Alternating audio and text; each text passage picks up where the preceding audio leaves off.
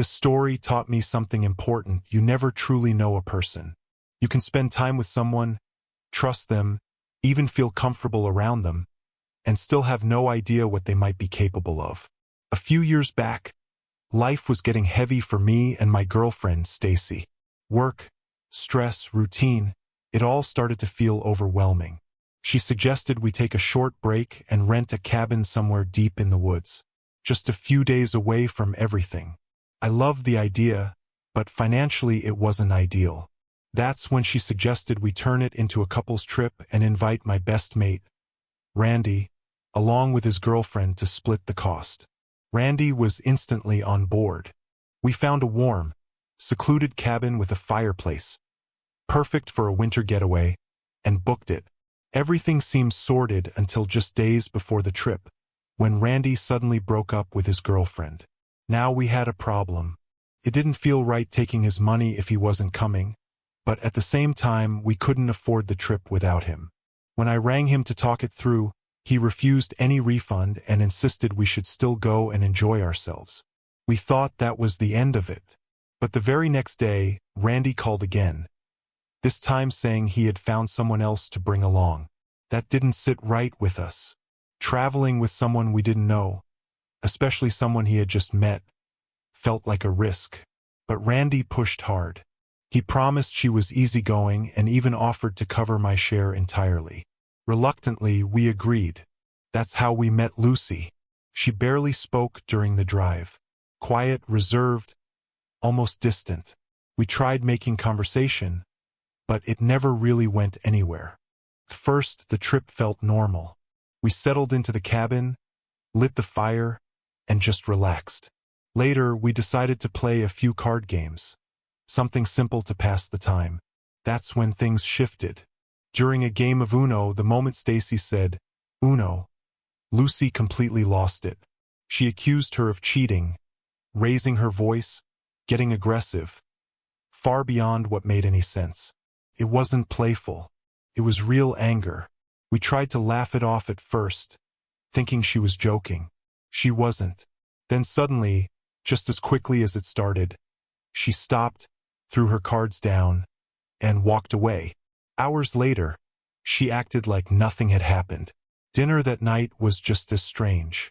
Out of nowhere, Lucy started talking about deeply personal details about her and Randy, things that were way too private for that setting.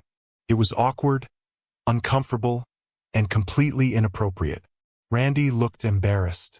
We changed the subject as quickly as possible. That night, things got even more unsettling. Stacy woke me up quietly. We could hear voices, Lucy and Randy arguing in their room. We couldn't make out the words, but the tension in their voices was obvious. We didn't get involved. The following night was where everything truly went wrong. I woke up suddenly to find Randy standing in our room. He looked shaken, more scared than I had ever seen him. He told me he had woken up to find Lucy standing at the foot of the bed, just watching him. Not moving, not speaking, just staring. When he asked her what she was doing, she casually said she was watching him sleep. Then she walked out. When he checked the bed, he found something disturbing. A large knife. He followed her quietly and saw her moving through the cabin in the dark, humming softly to herself, almost like she was drifting rather than walking. At one point, she stopped and said, "I know you're there," not even directly looking at him. That's when he came to us. We stayed in our room, locked the door, and listened. Not long after, we heard the front door slam. Lucy had gone outside into the freezing night, barefoot, lightly dressed. After a while, she came back, still humming. The next morning, she acted completely normal, calm, polite, like none of it had happened. We almost convinced ourselves it was just sleepwalking, until Randy showed me something. Inside her bag was the knife, the same one from the night before. We didn't confront her. We didn't ask questions. We just packed up and left. After that, Randy cut her off completely. No messages, no calls, and strangely, she never tried to contact him either. We later tried to find her social media, records, anything. There was nothing. No trace. No history. No sign she ever existed. And even now, I still think about that trip. Because sometimes the scariest part isn't what happens. It's realizing you were sharing a space with someone you didn't understand at all. For a long time, I kept my distance from people. I wasn't interested in socializing. I just wanted silence. So whenever I could afford it, I'd disappear for a few days, renting small cabins far away from everything. No noise, no people, just me and the woods. One weekend, I found a place deep in the forest and decided to stay there. First, everything felt peaceful, quiet, calm, exactly what I needed. The next morning, I went out for a hike. That's when I noticed something strange. Behind me, I could hear footsteps, twigs snapping, leaves shifting, like someone was walking just out of sight. I stopped, turned around. Nothing. No movement. No one there. I tried to ignore it and kept walking, but the sound kept coming back. Too consistent to be random. Too precise to be natural. Eventually, I cut the hike short and headed back. That night, around 11, I heard a knock at the door. I checked. No one. I went back inside. And then, another knock. This time, when I looked out, there was a man standing there. He looked completely out of place, wearing a neat suit, clean, calm, like he belonged in a meeting room, not in the middle of the woods at night. I asked what he wanted.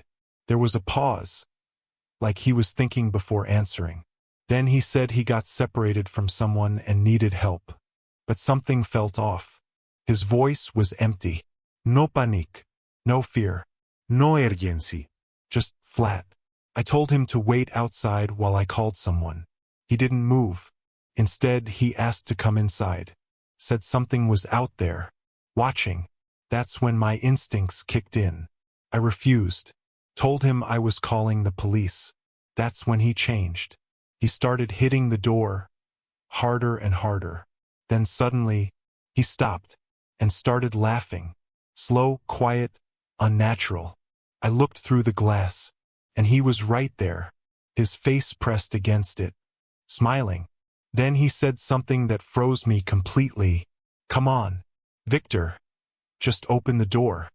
I never told him my name. I called the police immediately. By the time I looked again, he was gone.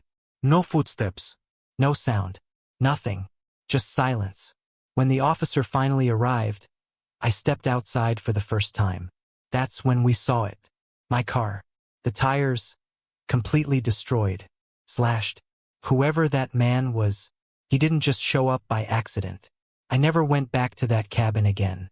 And to this day, I still don't know what was really standing outside that door.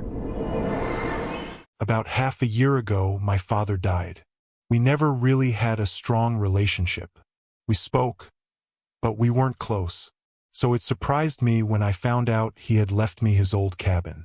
I hadn't been there since I was a kid. Still, I decided to go, just to sort things out and get it ready to sell. The moment I stepped inside, I froze. The smell was unbearable. Thick, rotten, like something had been decaying for a long time.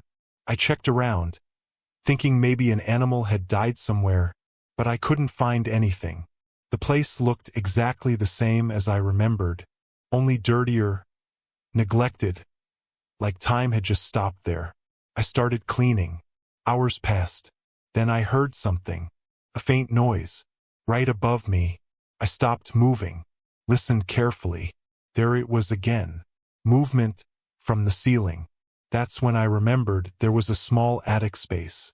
Reluctantly, I pulled down the ladder and climbed up. The smell hit even harder.